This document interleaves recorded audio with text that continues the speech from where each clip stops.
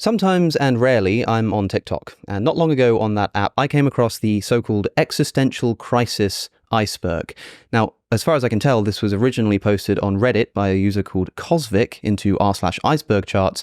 I don't know if they made it, they were just reposting it, but the version on TikTok has over 5 million views and 500,000 likes. So it's obviously captured some people's imagination, and I thought we could take a look. We start at the top of the iceberg with everyone has their own complex life. This doesn't seem like an entirely radical realization, but it's a common enough revelation that it has a name. They call it Sonder, which is defined by one website as the profound feeling of realizing that everyone, including strangers passing in the street, has a life as complex as one's own, which they are constantly living despite one's personal lack of awareness of it. Like I say, this isn't super revolutionary on the surface. Everybody knows that you're not the only character in this play, but we do almost always feel like the main character, and we kind of forget that to everybody else, even to our closest friends, we are just accessories to their life. We're side characters to their play. It's quite profound when you really sit with it for a while and realize that this world is just brimming with conscious experience, most of which you'll never even know about, let alone get to engage with, much less experience. Next, worry about future. Again, very straightforward. You start to realize that there are things in life that matter. When you grow out of your childhood, you realize that you can't spend all day long just thinking about your next meal or who you're going to play with at lunchtime. No, you've got to think about things like taxes and owning a house and all of that kind of fun stuff. And it's clear to see how this can lead to an existential crisis, especially when this goes wrong. Doesn't really require much more explanation, so I think we'll just move on. Okay, so now we're on the next level, on the tip of the iceberg. Simulation theory. You'll almost certainly have heard of this. It's the idea that we could all just be living in a simulation. This is something of a modern take on René Descartes' evil demon hypothesis. And Descartes' way of entertaining this idea is to imagine that there's an evil demon who's constantly deceiving us into thinking that the world around us exists in the way that it does, but in fact it doesn't, and we're all just being deceived all the time. A modern take on this is the idea that we're living in a simulation. You think that you're in a real world with real people and real objects, but actually you're in a computer simulation and your brain is just being prodded electronically to produce fake experiences. And this is broadly known as radical skepticism. If it can be questioned, then we should question it, and we begin to realize that we basically have no justification even for some of our most foundational beliefs, like the existence of the external world. And just thinking that this is possible is enough to send some people into an existential crisis, but enter Nick Bostrom, who popularized what's known as the simulation argument. Not just the idea that we could be living in a simulation, but the argument that we probably are. Bostrom does this by saying that humanity will inevitably be able to simulate human experience. If you look at technological progress, things like AI, it will be no time before we're able to comprehensively simulate entire worlds on our computers. But, says Bostrom, if these are true simulations of the world, then that world in the simulation will itself develop the ability to simulate worlds. And the world that they simulate, if a proper simulation, will itself be able to simulate worlds, and they'll be able to simulate worlds, and they'll be able to simulate worlds, and so on. So you have this sort of chain of simulated worlds, all beginning with the first world, which is the only one that's actually real and not simulated. And Bostrom says, what's more likely? That we happen to be in the very first real world, or that we're in one of the potentially billions or trillions of simulated realities? Just on sheer probability, we should think we're almost certainly in a simulation. For what it's worth, I'm not super convinced by this, mostly because I'm suspicious that we will ever be able to simulate human consciousness. That's a big topic and perhaps one for another video, but I have had Nick Bostrom on my podcast and we did talk about AI consciousness. I also have a whole video explaining the meaning of the evil demon and Descartes' famous phrase, "I think, therefore I am," all available in the description below. Next, why does anything exist? This is one of the most naive philosophical questions that anybody can ask. It's one of the first questions that anybody can ask, and one of the most profound. Why is there stuff? If you consider the possibility that there could have been nothing, it seems like there could have just never existed anything ever, and yet there's stuff. There are chairs, and there are trees, and there are minds, and there are colors, and there are all kinds of weird things. I mean, there may even be things called morals if you're a moral objectivist. There are all kinds of weird things that exist, either materially or immaterially. None of that had to be. And this can cause an existential crisis, I think, in two ways. Because when you start trying to answer this question, you might say, well, I guess it just exists for no reason and we'll never know, which is quite existentially troubling. But if you determine that there is some answer as to why anything exists, there's some reason that you've discovered, maybe it's because God created the world and designed it in this way, then you've introduced something like purpose, and purpose that's externally put upon you. And now you have this teleology in your life, whether you like it or not. So when you really reflect on the fact that there could have been nothing, but there is stuff, you're either going to be left with this really uncomfortable agnosticism about why you're here in the first place, or possibly land on an answer which might just revolutionize your entire life. Acknowledgement of death. Okay, this one's pretty straightforward. When you realize that you're going to die for the first time, it can be a little bit scary. Most people know they're going to die. Some people think they might be able to escape it. We'll see how that goes for them. But most people think that they are mortal. Fine, but when was the last time you really acknowledged it? I don't mean just accepted that it's true. I mean sat down for 20 minutes and thought about nothing other than your own mortality and really tried to comprehend what it means that one day you will not exist. I did this once when I was a teenager, and I don't think I've ever done it since, partly because it scared the absolute living shit out of me. These days I'm a little more agnostic about the nature of mind and the existence of God and the afterlife, and so I suppose that provides me with some comfort, but I must say that when it comes to existential crises, it doesn't get much more straightforward than realizing that your time is limited on this planet. Having said that, some people do think that the shortness of life is what gives it its meaning. They say that if life were infinitely long, then every day would be meaningless. It's like having infinite money in your bank account. What's $1 to you? It's meaningless. It has no value, essentially. Whereas if you've only got $100 in your bank account, then $1 can be quite a lot of money to you. So the acknowledgement of death may lead to an existential crisis, but it may also lead to a recognition of the very thing that gives life meaning in the first place. Okay, we're moving down a level. Sympathy is created by self-pity. I'll admit that I don't actually know exactly what this is getting at. I suspect it's something like the idea that our care for other people is actually only a derivative of our care for ourselves. Is it just some evolutionary wiring? And if it is evolutionary wiring, then why would it evolve? Surely evolution favors what will help me to survive, so why would I evolve a capacity for caring about other people? Oh, well, it must be that in some way caring about other people is good for me. That might be a true evolutionary account of how morality evolved, but it's not a very wholesome one, especially when you consider your love and care for your friends and realize that that might just be some kind of evolutionary trick. But like I say, I don't know if that's what this is actually getting at. It's just my best guess. Last Thursdayism. What on earth is that? Well, put simply, it is the supposition that the entire universe and everything in it was created last Thursday. That's it. Why would anyone believe this?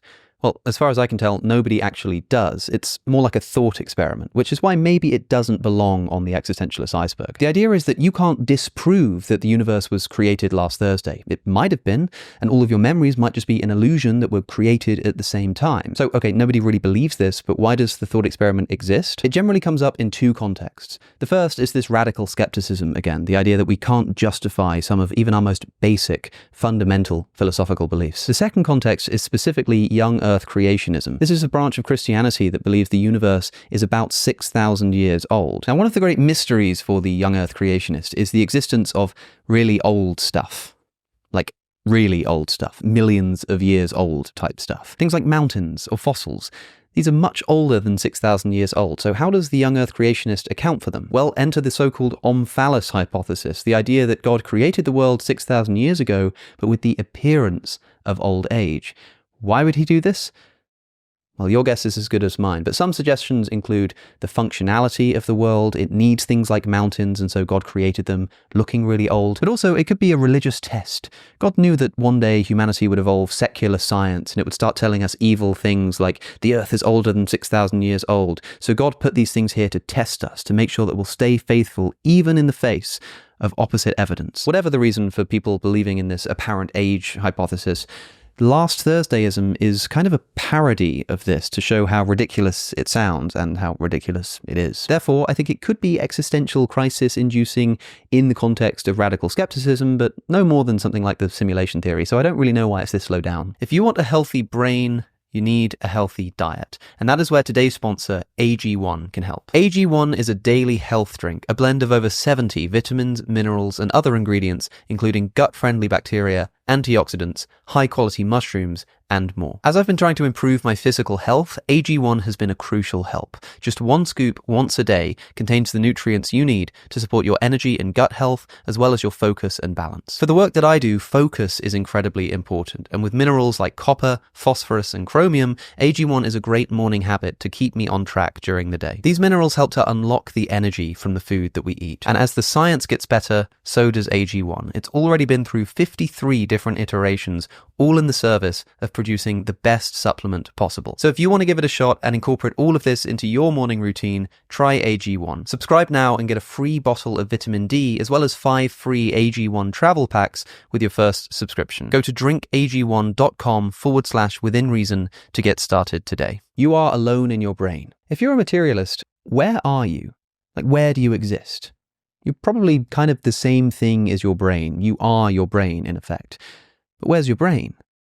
Well, it's kind of locked away inside of your skull, just sitting there in the dark. I mean, we have sense data, we have our eyes to see and our ears to hear, but that's just going through nerves and being translated by our brain. It's essentially an illusion. I mean, your eyes actually see things upside down and your brain flips it over again. And you don't directly engage with sound. A vibration hits your eardrum and sends a signal down a nerve which gets translated by your brain into an experience. But when you think about it, you're actually quite disconnected from it all. You're sort of like a person locked in a control room. You've got a big monitor and there are cameras outside so you can see the world, and there are speakers and microphones so you can hear everything that's going on too, but you're locked in that room and there's no way for you to get out. And if one day the monitor turned off and the microphone stopped working, you would just be sat there alone in the dark. And I suppose the scary thing is you are in that situation right now. It's just that the monitor is switched on and the microphones are still working, at least for now. We are not alone. It would be pretty scary if there were aliens out there, not least because they might attack us for literally any reason, but also because it should revolutionize our view of life. Firstly, for the religious, the idea that humans are special and that God created the universe with us in mind would be shattered in an instant. But also all kinds of philosophy about humanity and what it means to be a conscious agent as opposed to other animals would be radically altered by alien life. But for someone like me, I don't know if this is super existential, I might have put it a bit higher on the list. Afterlife Skepticism. If you believe in God and you believe in the afterlife, then you are pretty consoled throughout most of your life that although your friends are dying, you're going to see them again. And although you're going to die one day, you don't need to worry because you're going to be somewhere better and you're going to be with all your friends again. But then you start questioning it. Does it really exist, or is it just a fantasy we've come up with for the purposes of consoling ourselves? That can definitely give you some existential dread, especially if it's the first time you've encountered the idea. However, many people get along just fine not knowing. I suppose if you knew that there were no afterlife and your skepticism went all the way in that regard, then this would be pretty existential, but we've already done the Acknowledgement of Death thing, so I don't know why this would be lower down on the iceberg. Okay, we submerge to the next level and we start with nihilism. Nihilism is sort of the crown jewel of existentialism. In many ways, it's the result of an existential crisis rather than the cause of one. When you start questioning these things, is there an afterlife? Maybe not. Oh, I'm definitely going to die one day. Oh, I don't know why I'm here. The result of this is to think, nothing matters. And even if something does matter, I have absolutely no way to work out what it is, and I've tried, but I can't get there, so I'm just going to give up all hope in that project. So nihilism is broadly the view that nothing matters, that there are no objective values. There are sort of different kinds of nihilism. You can be an epistemological nihilist, or just a moral nihilist, or like a broad nihilist about everything. But I think this all-encompassing, nothing matters in any context, is what people tend to think of when they think of a nihilist. I understand why it's here, but like I say, the other things on this list cause existential crises. This seems to me more the result of one. We are alone. A controversial choice, putting it below we are not alone. There's that famous quote by Arthur C. Clarke: two possibilities exist. Either we are alone in the universe, or we are not. Both are equally terrifying. The author of this chart has decided that they're not equally terrifying, and us being alone is more scary than us not being alone. I don't know about this. Let me know what you think in the comments. If we are alone in the universe, then we're forced to contend with this image of us sort of being on this rock floating around in cold space, and it does all feel a bit scary and isolated. But I will also say that if in this entire incredible universe there's only one place where life evolved, I think that counts as some evidence towards theism. I mean, if life just evolves spontaneously, we rightfully ask the question, as Fermi famously did, where is everyone?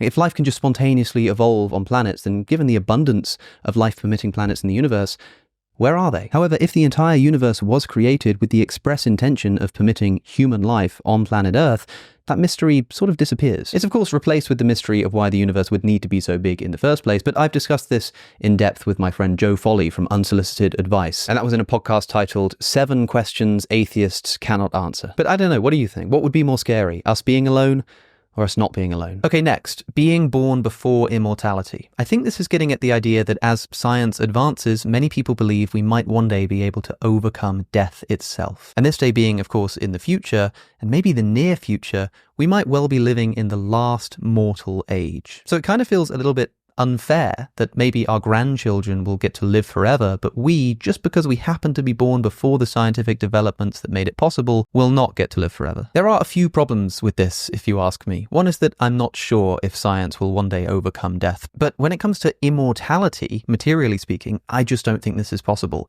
Even if we develop the technology to avoid death on planet Earth, one day the sun is going to eat the Earth. And maybe if we've escaped the Earth by then, that planet will one day die. And wherever we've spread to, that planet will one day die too. And eventually the universe is going to come to some kind of end, whether it be a big freeze or a heat death or whatever. It's not the kind of environment in which I think conscious experience and materially existing human beings even can obtain. But also, even if that were possible, would you want to live immortally in this heat death or big freeze universe?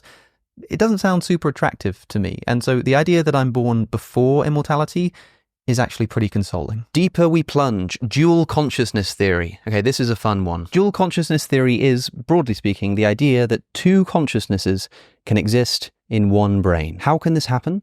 Well, one way is as the result of a surgery called a corpus callosotomy. Your brain, as you probably know, is split into two hemispheres, and these hemispheres are connected by a group of fibers called the corpus callosum, and this allows, as well as impedes, communication between your two hemispheres. A corpus callosotomy is the severing or partial severing of the corpus callosum, and this is most commonly done as a treatment for extreme cases of epilepsy. When the corpus callosum is severed, communication between the two hemispheres is disrupted. Now, they can still communicate to a limited degree through other means, but we do sometimes begin to see some weird things happening. In 1908, it was reported that there was a woman whose left hand would sometimes attack her.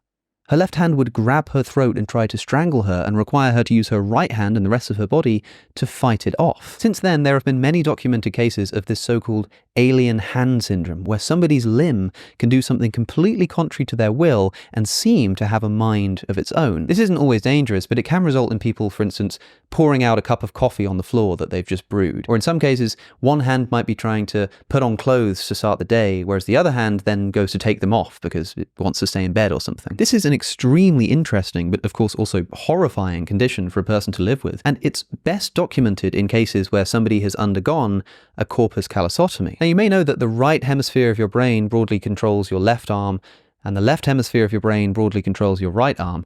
And so if the hemispheres aren't communicating with each other, it might make sense that your arms would start wanting to do different things. And this is seen by some as supportive evidence that, at least in cases of split brain patients, like those who've undergone a corpus callosotomy, that there are two consciousnesses sort of in battle with each other in this one human brain. I recorded a podcast earlier this year with Ian McGilchrist, author of The Master and His Emissary, which is about the two hemispheres of the brain and how they kind of do different things and have different ways of approaching the world. So even if it might be most obvious in split brain patients, it might still be the case that there are two consciousnesses within you. You just don't notice it as much because your corpus callosum is allowing them to communicate with each other and work in harmony. And this got me thinking about those split brain patients. If you have alien hand syndrome and your left hand is trying to do something and you have no idea what it's doing and can't control it, if this is the result of two consciousnesses, then you're only aware of the one that doesn't want the hand to be moving. So where is the consciousness that does want to move the hand? Is it sort of trapped somewhere without any ability to speak or communicate? The split brain patients have this consciousness within them that's controlling that alien hand, but it can't get out through the mouth or any other means of communication. Is that alien hand trying to tell us something? I don't want to think about it. Observation creates the universe. Okay, it's generally thought that the material world around us exists whether we're here to observe it or not. But some people think that the universe only exists because of our observation or because of our minds sort of creating it. I suppose the person to reference here is George Berkeley and his philosophy of idealism. This is the view that there are no material objects, there's no material world. The only thing that exists are ideas in people's minds. I don't have the time or the expertise to go into George Berkeley's philosophy in depth here, but the basic idea is that the universe is kind of created by the mind, or is an idea or set of ideas within the mind. And the idea that the universe is created by observation suffers from a similar objection to George Berkeley's worldview. That objection is this: if the universe only exists because it's being observed, suppose I light a candle and then I leave the room. An hour later, I come back into the room and the candle has melted. But if the universe only exists insofar as it's being observed, how is this possible? If the candle only exists if it's being observed, then when I left the room, it should have ceased to exist. And when I came back, it might have started to exist again, but it should be in the same state that I left it. It has to have existed in the meantime in order to have melted. But how does it exist if the universe is created by observation? In the context of George Berkeley, he had a very straightforward answer to this. Well, the candle is still being observed when you leave the room, just not by you. It's being observed by someone else. Can you guess who? So George Berkeley's idealism is, at least in his view, a novel proof for the existence of God. God is the ultimate observer who creates the universe. Now, I think that if you believe the universe is created by observation, then you do suffer from this objection a little bit and maybe are led into the hands of this argument for God's existence. So in the context of the existential crisis iceberg, well, this might be something that doesn't cause an existential crisis. It might actually solve one because it leads you right into the hands of an argument for the existence of God. Mystery of consciousness. Well, consciousness is the most mysterious and yet familiar thing in the world. We know absolutely nothing about it, and yet we cannot perceive anything except through it. I've spoken about this a lot, so I won't go into detail here, but that's kind of the existential part, the idea that this fundamental thing about our experience, the very window through which we perceive the world or are able to think at all, is something so foreign to us that we don't even understand the mechanism by which it works. Not only that, but we don't even seem close to coming up with a solution to the mystery of consciousness. So the thing that's most fundamental to our experience as sentient human beings is a complete and utter and impenetrable mystery to us.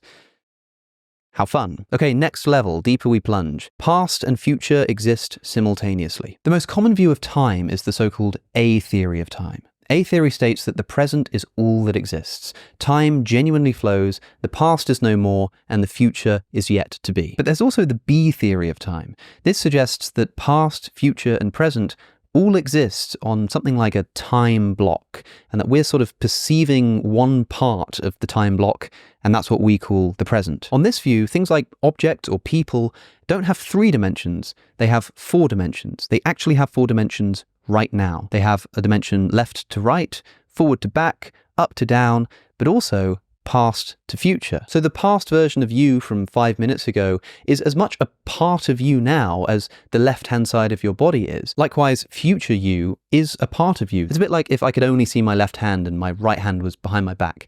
I can't see it, but it's still very much there. This will have all kinds of implications. For example, free will. If your future self kind of already exists, can you really have any choice in what it does? But also it gives us reason to doubt our intuitions, because intuitively we do travel through time. Intuitively, the past doesn't exist anymore. But if the B theory of time is correct, we have to abandon that intuition, which tells us that the way that we initially view the world is often philosophically completely and utterly wrong. Now, I find this interesting, but not particularly existential, at least not compared to the other stuff we've been talking about, so I'm a bit surprised to find it this low down, but maybe I've just misunderstood what the author is getting at. And if the author is watching this video, then, well, let me know. Okay, everybody's heard of determinism, right? Well, get ready for superdeterminism. What is superdeterminism? Well, normal store-bought determinism is the view that everything happens in accordance with a determined chain of events. If you could know the direction and speed of every atom in the universe, then in principle, you could predict everything that's going to happen in the future with 100% accuracy. It's a little bit like how when you flip a coin, it feels random, but if you actually knew all of the physical conditions of the coin, you could predict with 100% accuracy whether it would be heads or tails. Determinism says that the whole universe works in this way. Things seem to be subject to chance, but actually they're not at all. Now, you may have noticed that anytime you ever bring up this subject ever to anybody, the very first thing they say is, what about quantum physics? Everybody's heard that quantum physics involves some element of randomness, that electrons don't actually exist in one place or another, but there's some kind of wave of probability, and that there's actually a lot of chance going on at the most micro level of our universe. Well, sure, yeah, maybe. No one knows for certain what's going on down there. But there is this view called superdeterminism, which, as far as I understand, is sort of like determinism, but applied to quantum physics. I'm not a physicist, so I'm kind of the wrong person to ask, but as far as I understand, superdeterminism allows us to do things like retain the actual reality of particles rather than having these quantum probability clouds. If you want to learn more, there are some great YouTube videos on the subject, including by people like Sabine Hossenfelder or Arvin Ash. Those two, I think, actually have differing views on the matter, so maybe worth checking both of them out, although I'm not sure because, again, I don't fully understand all of this stuff. But basically, I think that what's going on with superdeterminism is the removal of randomness even at the quantum level. Why would this cause an existential crisis? Maybe because of free will.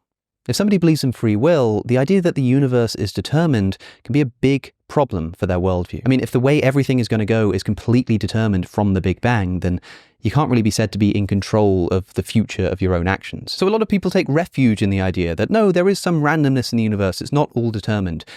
I think this is totally misguided. I'm just going to be blunt here, because randomness is something which, by definition, you're not in control of either. If something happens truly randomly, it's part of the definition of random that you didn't have some determinate cause in making it occur. Now, in my experience, when I've argued that free will doesn't exist, people often do bring up quantum randomness as a kind of retort. So I understand why superdeterminism would cause an existential crisis for these people, but to be honest, the existential crisis should have been there anyway, because of course, even if there is randomness in the universe, you're not in control of it. Human life is a momentarily universal anomaly. I think that's supposed to say a momentary universal anomaly. That is to say that in the course of the universe, something like human life or conscious existence is an anomaly. It's a sort of accidental flash that will come and it will go and the universe will go on mindlessly for the rest of eternity. It's a bit like that clip from True Detective where Matthew McConaughey's character, Rust, I think his name is, I haven't seen the show, is in a car talking about how human consciousness is some kind of cosmic accident and he's being all nihilistic about it. I think that's kind of the thought that's supposed to be captured here. And obviously, if we are just some kind of cosmic accident, that's not the most existentially fulfilling revelation in the world, so I can understand why it would be on this list. But again, maybe I've misunderstood what it's getting at. Going deeper now, we are underneath the iceberg. The brain creates the flow of time. To be honest, I find this difficult to separate from the previous idea of the past and future existing simultaneously, because if the past and the future exist simultaneously, then where does time come from? It's got to be an illusion of the mind, so I think it's kind of similar to that. Boltzmann Brain. Oh boy. One way to think about a Boltzmann brain is to consider that over an infinite amount of time, extremely unlikely things are guaranteed to happen. If the universe existed for an infinite amount of time and there were just atoms floating around everywhere, then given that it's infinite, these atoms would form spontaneous structures and then dissolve, and every structure that you could possibly think of that can be made of atoms would at some point exist. The second law of thermodynamics says that entropy will always increase over time, and entropy is the amount of order or lack of order in a system. In practice, this means that if I spray an aerosol can over on this side of the room, particles will be released and they'll be on this side of the room. But given enough time, they'll spread across the room and eventually they'll be spread evenly across the room. Why does this happen? Because atoms are randomly vibrating in different directions and given enough time, they just happen probabilistically to spread out evenly. But we are just talking about probability here. It's not impossible, in principle, for all of those particles that came from that aerosol can that are spread across the room to just spontaneously come together and jump into a water bottle sat on a table over there. It's just so unimaginably unlikely that we can basically treat it as a law that that's never going to happen. But suppose you had an infinitely existing universe. When you have an infinite amount of time, unlikely events aren't just probably going to happen, they're definitely going to happen. It's a bit like the monkeys on the typewriters. Given enough time, they'll produce the works of Shakespeare. It's not clear that would actually happen in that example, but you get the point. Randomness over an infinite amount of time is such that even the most extremely unlikely events will happen. In fact, they'll happen over and over and over again, because we're talking about an infinite amount of time here. So the realization that Boltzmann, of Boltzmann Brain fame, had was that in this infinite universe where everything that could be made of atoms is made, sometimes brains will spontaneously form. Brains are just made of atoms after all, and everything does get made. And what's more, brains can spontaneously exist with a bunch of false memories. A little bit like the simulation or last Thursdayism, the idea that brains can have fake memories of the past. Well, sure, I mean, memories are just brain activity. And that's just made of atoms. So there will be brains that spontaneously exist with a bunch of false perceptions and false memories as a matter of certainty in an infinite universe of atoms bumping around with each other. And given the fact that these spontaneously existing brains with fake memories are going to happen much more commonly than actual brains evolved in the traditional way, requiring the evolution of galaxies and stars and planets and simple life and the evolution into human life and the evolution of consciousness and all of this kind of stuff, right? If you want to create a real brain with real memories, all of that needs to happen, and that's got a much lower state of entropy than just the brain spontaneously coming into existence. Now, of course, that less likely state of affairs will still happen. Remember, everything happens in an infinite amount of time, but it will just happen much less. So in this infinite universe of atoms bumping into each other, there will be far more of these brains, which are known now as Boltzmann brains, than there would be real brains with real experiences. And just like with the simulation argument, we have to ask, what's more likely? That you're one of these real brains with real memories, or that you're one of these much more common Boltzmann brains? And if you are a Boltzmann brain, what does that mean? It means that you, right now, are just a spontaneous arrangement of atoms in an infinite universe that at any moment is about to disassemble and you will exist no more. So ultimately, this is another kind of radical skepticism. It's a little bit more sort of sciencey, so it seems to have a bit more weight behind it, but you'll have noticed that this relies heavily on the idea that there is an infinite past of atoms bumping into each other according to the same laws of thermodynamics that exist in our universe, which appears to be a finite universe which started 13.8 billion years ago. Of course, maybe our universe is just one of many, maybe something came before the Big Bang and maybe it stretches infinitely back into the past, but there's no reason to think that atoms would vibrate and move in the same way. So I think that the philosophical and scientific evidence that the universe is not in fact infinite is enough to do away with this hypothesis. But again, I am no expert on science. I am just a lowly YouTuber, so if I have got this horribly wrong, please go easy on me in the comments. Okay, now we're at the bottom. We're at the depths of the depths, and we're dealing with quantum immortality. There is an interpretation of quantum mechanics put forward by Hugh Everett